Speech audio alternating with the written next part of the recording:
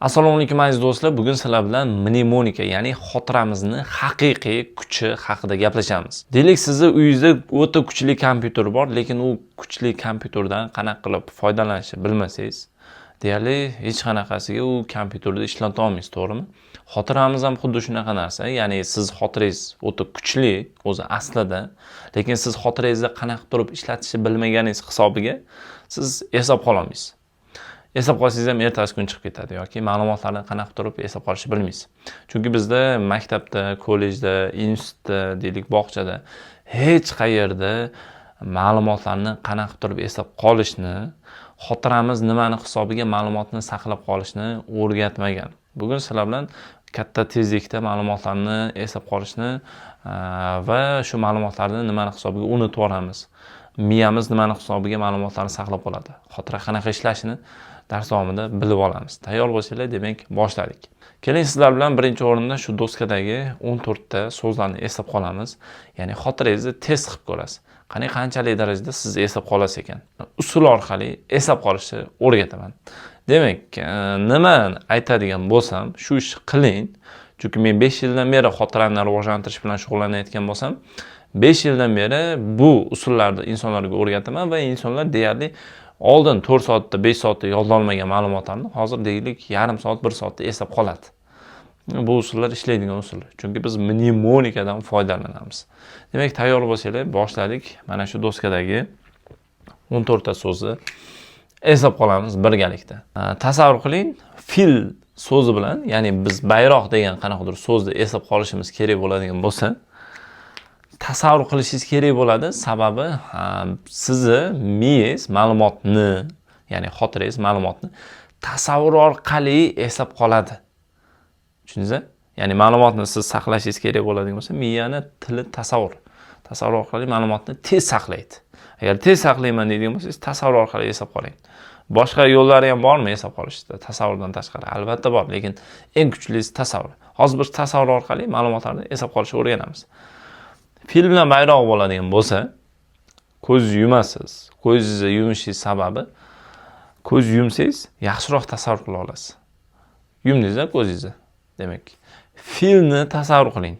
Fil. Katta bitta fil tasavvur qilingda, haligi burunlarini, xartumini tasavvur qiling. Oyoqlarini tasavvur qilsangiz bo'ladi. Xo'p, fil tasavvur qiling. Endi filni ustida siz ketyapsizda, qo'lingizda bayroq. Filning ustida ketyapsizda, qo'lingizda bayroq, O'zbekiston bayrog'i. Tushunyapsiz? O'zbekiston bayrog'ini ushlab ketyapsiz. Ushlab ketyapsiz. Hamma xalq sizga qarshi kelyapti. Ya'ni fil bilan bayroqni biz nima qildik? Haligi ikkita so'zni bir-biriga bog'ladik. Ya'ni so'zlarni bog'ladik tasavvur orqali. Bo'ldi, ketdik keyingisi. Gul bilan gaz plita. Gul bilan gaz plita. Tasavvur qiling, bitta dona qizil atirgul, atirgulda gaz plitani yoqdingizda, o'sha atirgulni yoqyapsiz. Atirgulni yoqyapsiz. Atirgul yonyapti-da, haligi yonayotganini tasavvur qiling. Tushundingizmi? Issiqlikni gazdan chiqadigan, o'sha gaz plitadan chiqadigan gazni, olovni issiqligini tasavvur qilsangiz bo'ladi. Tushundingizmi? Shu narsani ko'zingiz oldiga keltiring, tasavvur qiling. Bo'ldi, ketdik keyingisi. Telefon bilan kitob. Telefon bilan kitob. Tasavvur qiling. Oldingizda bitta kitob turibdi, adabiyot kitobi turibdi. Shunda ochdingizda, ichida 17 Pro Max telefon turibdi, iPhone telefon. Yangi, oranjiy rangda. Tasavvur qiling shu narsani. Ko'z yuming, tasavvur qiling, kitobni ochdingizda, ichida iPhone 17 Pro Max telefon turibdi. Xo'p, zo'r. Keyingisi. Malibu bilan televizor. Tasavvur qiling, Malibuni tasavvur qiling, Malibuni tasavvur qilingda. Malibuni orqa bagajida katta televizor turibdi. Malibuni bagajini bitta ochilyapti-da, ichida televizor turibdi. Katta televizor turibdi. Shu narsani tasavvur qiling. Tasavvur qiling, yaxshilab tasavvur qiling. Zo'r, ketdik keyingisi. Xo'p, daraxt bilan yulduz. Tasavvur qiling. Daraxt bilan yulduz degan so'zni eslab qolishimiz uchun bir-biriga bog'laymiz hozir. Daraxtni ustida o'tiribsizda, osmonga qarab yulduz sanayapsiz. 1 2 3 4. Daraxt ustida, daraxtni tasavvur qiling, daraxtni barglarini tasavvur qiling. Tushundingizmi? Daraxt ustida o'tirganingizni tasavvur qiling. Biron bir shoxida o'tiribsiz. Oyog'ingizni o'ynatib o'tiribsizda, osmonga qarab yulduzlarni tasavvur qilyapsiz. Sanayapsiz, bitta-bitta sanayapsiz.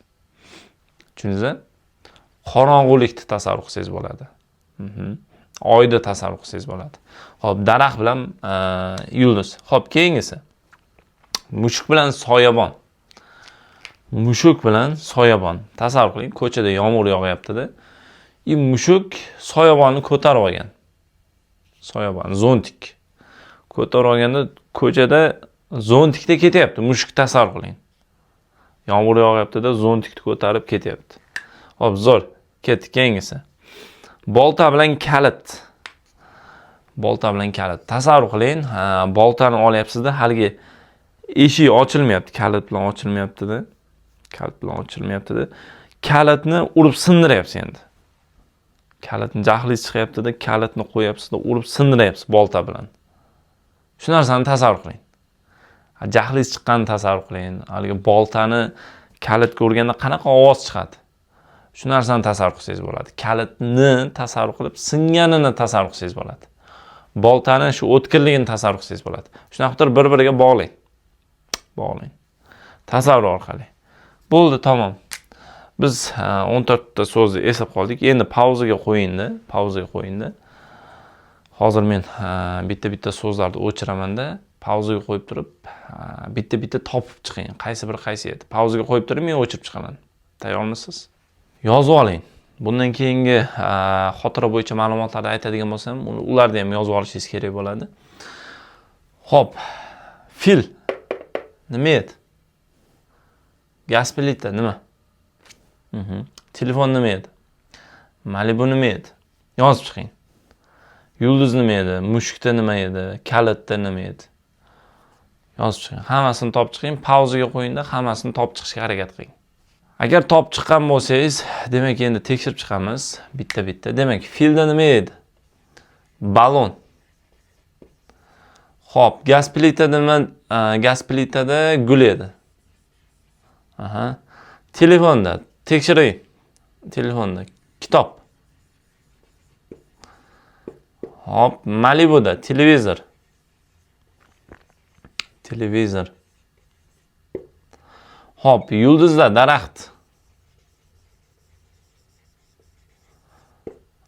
Mushukda soyabon.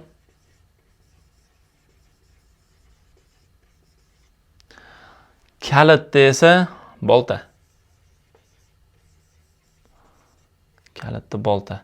Xo'p, agar 100% to'g'ri topgan bo'lsangiz, xursandman, tabriklayman. Demak, siz xotirangizni ancha yaxshi ishlata oldingiz. Endi biz aynan hozir mnemonika usuli orqali so'zlarni eslab qoldik.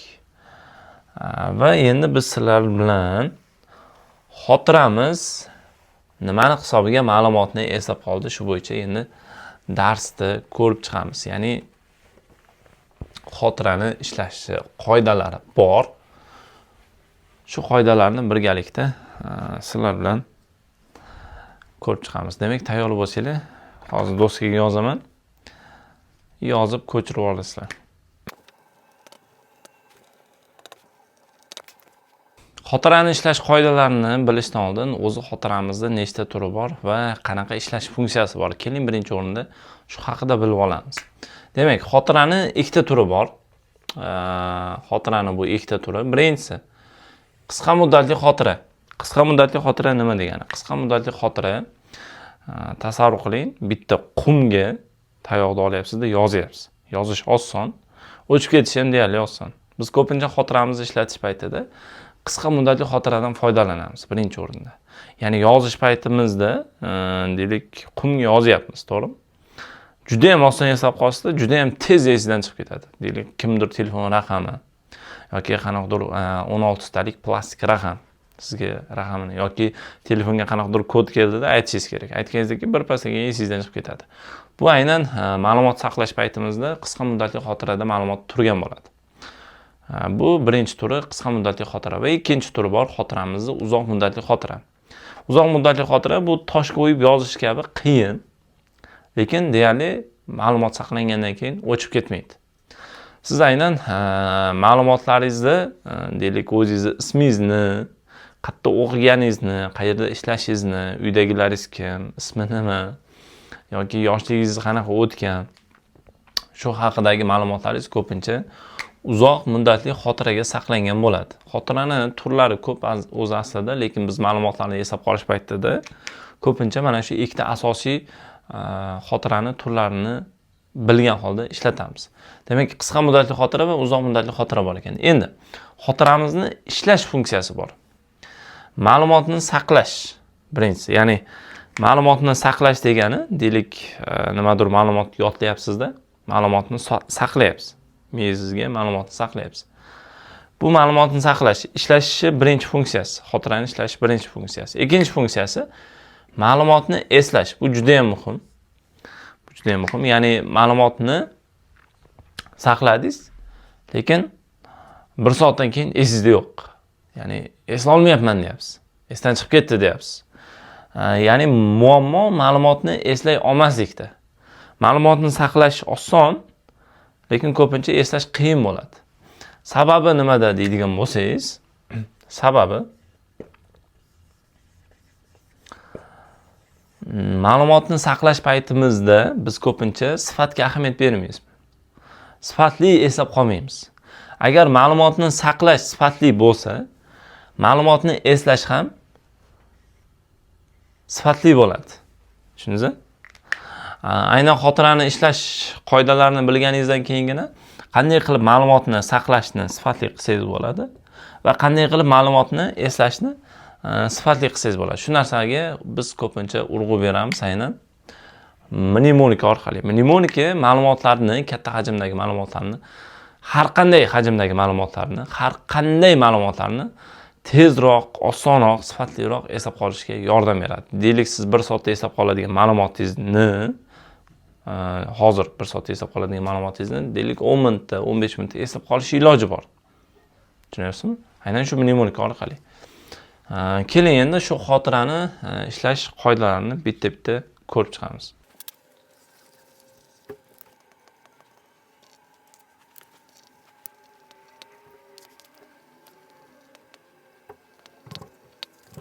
Ko'rib turganingizdek, bu xotirani ishlash qoidalari. Demak, birinchisi lokatsiya. Lokatsiya ma'lumotlarni ketma-ketlikda eslab qolishda foydalanamiz. Ya'ni biz ko'pincha ma'lumotlarni saqlash paytimizda ma'lumotni ko'zimiz orqali saqlaymiz. Deylik, ko'chada ketyapsizda, oldingizda qanaqadir it chiqdi. Kuchuk chiqdi-da, mashinani sizni ko'rdida, mashinaning tagiga kirib ketdi. Biron bir daraxt tagida mashina turibdi-da, daraxt tagiga, o'sha mashinaning tagiga kirib ketdi. Kuchuk. Oppoq. Tasavvur qiling. Sizdan qo'rqib kirib ketdi. Keyin bir 200 metr yurganingizdan keyin buni ko'rib, 200 metr yurdingizda va oldingizdan bitta odam chiqdi-da, aytayapti. Yo'lda kuchuk ko'rmadingizmi? Oq kuchuk deyapti. Keyin siz nima deysiz? Birinchi o'rinda esingizga keladi. Haligi oq kuchuk degan paytingizda o'sha daraxt turgani, o'sha mashina daraxt tagida turgan mashina xayolingizga keladi-da, kuchukda eslaysiz. Tushunyapsizmi? Ya'ni ma'lumotni eslash paytingiz qanaqa bo'ldi? Lokatsiya orqali bo'ladi. Ya'ni sizni ko'zingiz o'sha ma'lumotni xotirangizda saqlab qo'yish paytida haligi kuchukni daraxtga, o'sha mashinaga bog'lab qo'ygan bo'ladi. Ya'ni bog'langan holda ma'lumot saqlanib qoladi, avtomatik bo'ladi bu narsa siz miyangizda. Ya'ni xotiramiz shu joylarga bog'langan holda ma'lumotlarni eslab qoladi. Bu xotirangizning birinchi qoidasi. Siz agar deylik 20 baroq, 30 baroq ma'lumotlarni eslab qolishingiz kerak bo'ladigan bo'lsa, aynan joylashuvlarga bog'lagan holda ma'lumotlarni eslab qolasiz. Mnemonika orqali bu narsa juda ham oson. Juda ham oson. Xo'p, keyingisi tasavvur. Boya biz ma'lumotlarni yodladik, to'g'rimi? Sizlar bilan 14 ta so'zni eslab qoldik. Shu 14 ta so'zlarni biz nima qildik? Qanday eslab qoldik? Bittada eslab qoldingiz.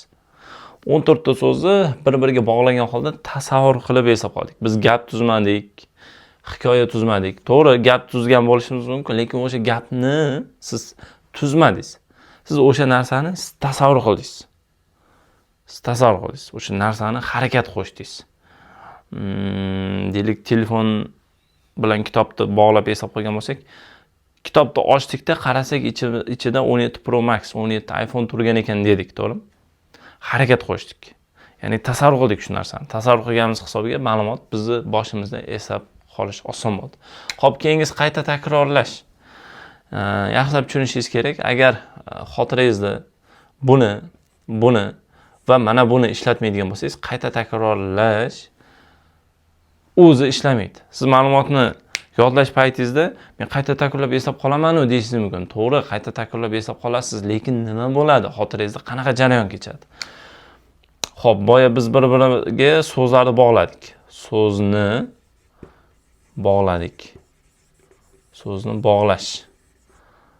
Ya'ni qayta takrorlash paytida haligi ikkita so'z bir-biriga bog'lanadi yoki bu so'zdan keyin narigi so'z bir-biriga bog'langanini hisobiga ma'lumot o'sha qayta takrorlash paytida bog'langanini hisobiga so'zlar bir-biriga bog'langaniga assotsiatsiya deyiladi bu narsa. Assotsiatsiya bo'lgani hisobiga qayta takrorlab eslab qoldim deyapsiz-da. Tushunyapsizmi?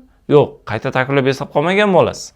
Assotsiatsiya bo'lgani hisobiga, ya'ni so'z bir-biriga bog'langani hisobiga siz eslab qolasiz ma'lumotni. Ma'lumotni hech qachon qayta takrorlab eslab qolinmaydi. Ma'lumotni bir-biriga bog'langan holda tasavvur orqali va lokatsiya orqali eslab qolsa bo'ladi. Menimcha tushuntira oldim. Xo'p, qayta takrorlash qachon ishlaydi? Qachonki lokatsiya, tasavvur va assotsiatsiyani ishlatsangiz ishlaydi. U nima uchun kerak qayta takrorlash? Qayta takrorlash qisqa muddatli xotirangizdan uzoq muddatli xotirangizga ma'lumotni o'tkazishingiz uchun kerak bo'ladi qayta takrorlash. Lekin bitta narsani tushuning. Bu va 4-qoidasi assotsiatsiya bo'lmaydigan bo'lsa, shu qoidalar ishlamaydigan bo'lsa, qayta takrorlashni o'zi bilan hech narsa qilib bo'lmaydi. Tushundingizmi? Xo'p, juda ham yaxshi. Endi asosiy masalaga o'tamiz. Ma'lumotni saqlash va ma'lumotni qayta eslash bor. To'g'rimi? Qayta eslash. Shu paytda lokatsiyani to'g'ri ishlatishni o'rgansangiz, tasavvuringizni to'g'ri ishlatishni o'rgansangiz, qayta takrorlash bajaradigan bo'lsangiz, assotsiatsiyani ishlatadigan bo'lsangiz, ma'lumotni tez, osonroq va sifatliroq eslaysiz, ya'ni saqlaysiz. Shu saqlaganingiz hisobiga ma'lumotni tezroq eslaysiz. Ma'lumotni sifatli eslaysiz. Ma'lumotni osonroq eslaysiz. Tushunyapsizmi? Sifatli ma'lumot saqlansa, sifatli eslab qoladimiz deb aytdim, boya tushuntirdim. Aynan mana shu 4 ta qoidani to'g'ri ishlatsangiz, to'gri ishlaydi xotirangiz. Xo'p, keyingisi assotsiatsiya degani shu so'zni bir-biriga bog'lash. Boya 14 ta so'zni biz assotsiatsiya qildik, bir-biriga bog'ladik. Filni nimaga bog'ladik? Bayroqqa. To'g'rimi? Malibuni nimaga bog'ladik?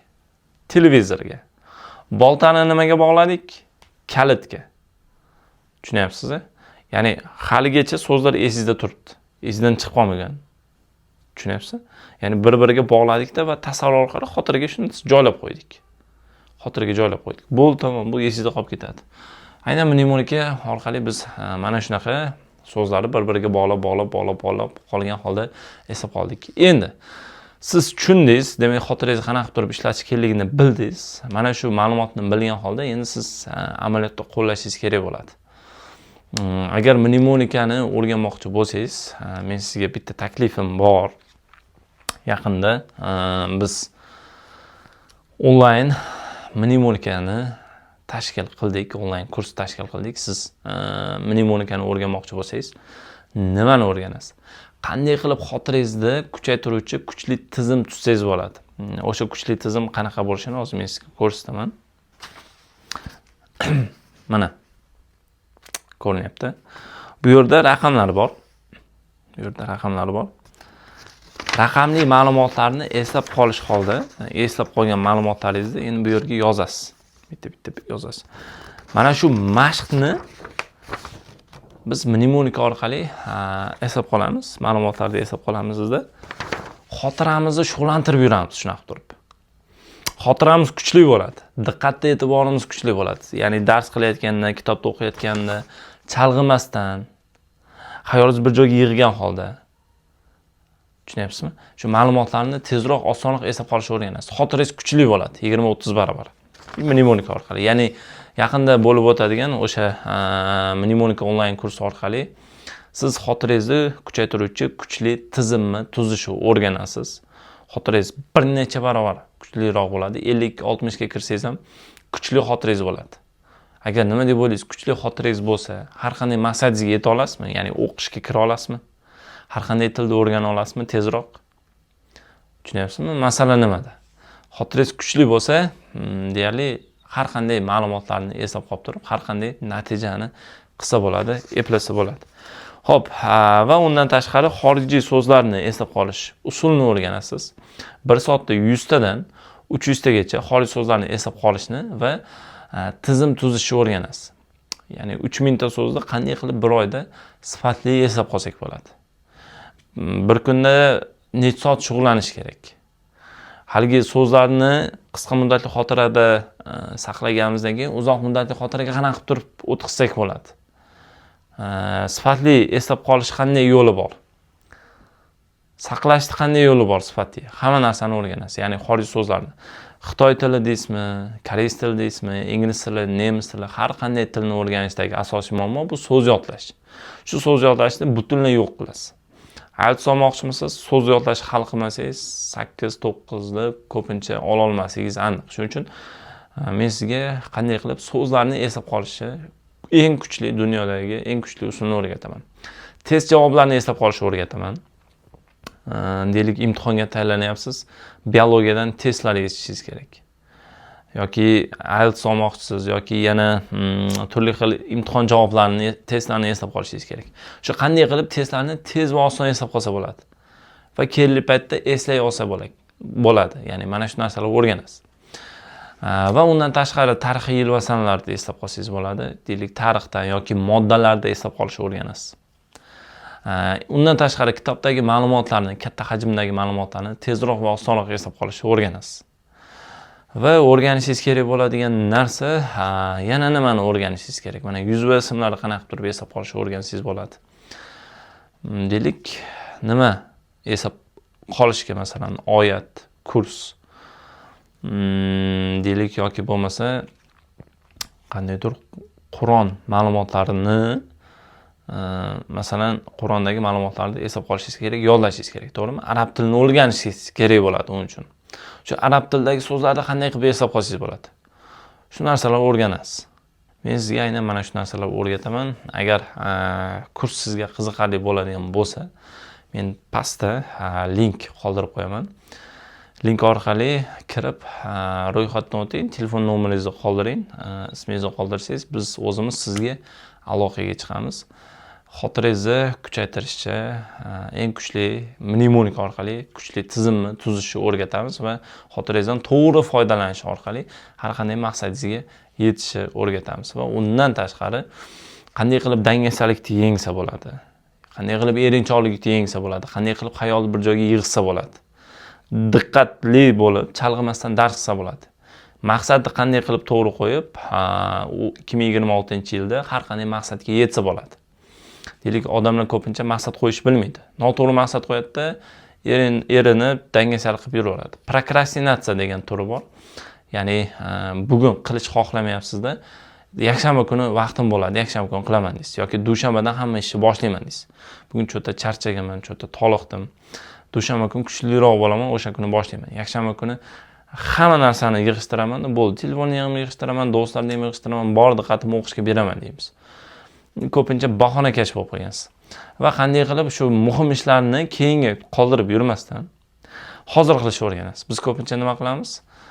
Muhim emas, mayda ishlarni qilib yuramizda vaqtimizni o'tkazamiz. Vaqtim yo'q degan bahona bilan yuramiz ko'pincha. Shu ma'lumotlardan foydalangan holda, ya'ni dangasalik yengishni o'rgangan holda siz miyangizni to'g'ri ishlatishni o'rganasiz. Dangasalik qayerda? Miyangiz ichida. Erinchoqlik qayerda? Miyani ichida. Shuni qanday qilib to'g'ri ishlatishni o'rganadigan bo'lsangiz, bu dangasalik, erinchoqlikni butunlay yo'q qilasiz. Maqsad qo'yishni ham to'g'ri ishlatishni o'rganasiz. To'g'ri usullarni o'rganasiz. Va miyangizni qanday qilib to'g'ri foydalanishni o'rgangan holda telefonga qaramlik yoki qanaqadir turli xil zararli odatlaringiz bor. Shu narsadan qanday qilib qutulishni o'rganasiz. Rejimga tushishni boshlaysiz. Rejimga tushishni o'rgataman, ya'ni ertaroq yotishni, ertaroq uxlashni va ertaroq turishni o'rganasiz. Agar maqsadingiz bo'ladigan bo'lsa, deylik bitta misol keltiraman. Musobaqaga tayyorlanayotgan bitta sportchi bor. U olimpiadaga tayyorlanyapti yoki jahon chempionatiga. Uni uyqu rejimi bo'lmasa, u birinchi o'rinni ola oladimi? Ya'ni jahon chempionatida yoki olimpiadada olish ehtimoli yuqori bo'lishi uchun uyqu rejimiga tushish shart.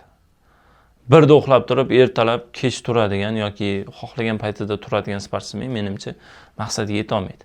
Siz agar maqsadingiz bo'ladigan bo'lsa, qanday qilib uyqu rejimingizni to'g'irlash, nechida uxlab, nechida turish kerak, qancha payt shug'ullanish kerak. Mana shu narsalar hammasini yo'l yo'rig'ini men sizlarga beraman.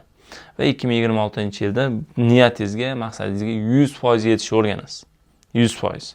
Kuningizni rejalashtirishni o'rganasiz va kuningizni tartibga solishni o'rganasiz. Kuningizni tartibga solishni boshlaganingizdan keyin sizda nima o'zgarish bo'ladi? Kuningiz betartib bo'lmaydi, tartibli bo'ladi. Hayotingiz tartibli bo'ladi. Xayollaringiz tartibli bo'ladi. Ya'ni befoyda narsalar o'ylab yurmaysiz. Va miyangizni tozalashni o'rganasiz. Ya'ni miyani qanday qilib tozalashni o'rganamiz? Biz dars davomida miyangizda kerak emas ortiqcha fikrlarni olib tashlab, faqatgina maqsad haqida o'ylashni boshlaysiz. Miyangizni tozalab, faqatgina miyangizni to'g'ri foydalanishni o'rganasiz. Lanjlikdan qutulasiz va butunlay hayotingiz davomida lanjlik, erinchoqlik, dangasalik yo'q bo'lishni boshlagandan keyin energiya sizda yaxshiroq bo'ladi. Doimiy energiya, kuchli energiya bo'ladi. Hamma narsaga irodangiz yetadigan bo'ladi. Sabringiz yetadigan bo'ladi. Qiziqishingiz ortadi. Dars qilishga, o'qishga, o'rganishga qiziqishingizni orttirib beraman. Xohishingiz kuchli bo'ladi va harakatingiz hozirgi holatingizga qaraganda 20-30 barobar kuchliroq bo'ladi. Kuchliroq harakat qilasiz. Miyangizni haqiqiy kuchidan foydalangan holda hayotingizni butunlay o'zingiz boshqarishni o'rganasiz. Ko'pincha biz hayotimizni boshqarmaymiz. Hayotimiz bizni boshqaradi. Tushunyapsizlar? Ya'ni kuningizni tartibga solishni o'rgangan holda, vaqtingizni to'g'ri taqsimlashni o'rgangan holda siz hayotingizni tartibga solishni boshlasangiz bo'ladi. Hayotingizni boshqarsangiz bo'ladi. Mana shu narsalar biz sizlar bilan yangi Daho xotira nomli kursimizda birgalikda o'rganamiz. Qiziq bo'ladigan bo'lsa, agar nimaligini tushunmoqchi bo'lsangiz, batafsil ma'lumot olmoqchi bo'lsangiz, mana shu havola orqali, pastdagi havola orqali ro'yxatdan o'tingda va nomer qoldirsangiz, biz sizga o'zimiz aloqaga chiqamiz. Xayr, sog' bo'ling, omon bo'ling. Miyani rivojlantiring.